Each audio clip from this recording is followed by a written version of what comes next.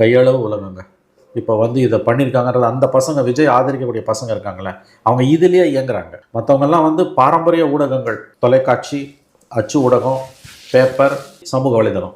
ஆனால் அந்த பசங்க அந்த டீமு இதில் மட்டும்தான் இயங்குறான். இதையே கொடுத்து நடத்துகிறான். அவன் இதில் மட்டும்தான் அவன் ஜீவித்திருக்கான். அப்போ நீங்கள் என்னெல்லாம் அட்டூழியம் பண்ணுறீங்க விஜய்க்கு எதிரானது அவனுக்கு தெரியுது. ஒரு நொடியில் பரவுது, கையில் போய் சேர்ந்துருது.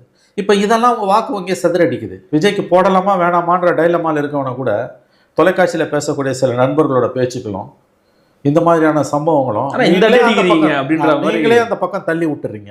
கண்டிப்பா 2026ல திமுக தான் வந்து வரணும், வருவாரு. அவர் தான் கண்டிப்பா வருவாரு. 2026லயும் ஸ்டாலினோட ஆட்சி தான் மறுபடியும் அமைய போகுது அப்படின்னு தமிழ்நாடு அரசு ஹாஸ்டல்ல இருந்து ஒரு பொண்ணு பேசின வீடியோ இப்ப சோசியல் மீடியா முழுக்க வைரல் ஆகிட்டு இருக்கு. சரி, இப்ப அதுக்கு என்ன அப்படின்னு தானே கேக்குறீங்க.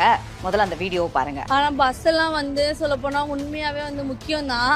அதான் சொல்றேன், எனக்கு இங்க வந்ததுக்கு அப்புறம் தான் எனக்கு தெரியுது இவ்வளவு திட்டம் இருக்குதா அப்படின்னு. எனக்கு இங்க வந்ததுக்கு அப்புறம் தெரியுது. கண்டிப்பா 2026ல திமுக தான் வந்து வரணும், வருவாரு. அவர் தான் கண்டிப்பா வருவாரு. இப்ப விஷயம் என்னன்னா, சில நாட்களுக்கு முன்னாடி திமுக சார்பா நடத்தப்பட்ட வெல்லும் தமிழ் பெண்கள் அப்படிங்கிற நிகழ்ச்சியில ஈழத்துல இருந்து வந்த பெண்ணா பேசினது இதே பொண்ணுதான். ஸ்டேஜ்ல அப்பாங்கிற போஸ்டரை தூக்கி காமிச்சிட்டு ஒரு முறை ஓடி வந்து உங்களை கட்டி பிடிச்சுக்கவா அப்படின்னு கேட்ட அதே பொண்ணுதான் இப்போ ஹாஸ்டல்ல இருந்து வீடியோ போட்ட பொண்ணும். பெரிய கோபரா விக்ரம் அப்படியே 4 கெட்டம் போட்டு பெரிய அயோக்கிய வேலை பண்ண வந்திருக்காரு. இதுல விஷயம் என்னன்னா, திமுக நிறைய ப்ரொமோஷன்ஸ்ல எல்லாம் ஈடுபட்டுக்கிட்டு இருக்காங்க அடுத்த ஆட்சியை பிடிக்கணும் அப்படிங்கிறதுக்காக.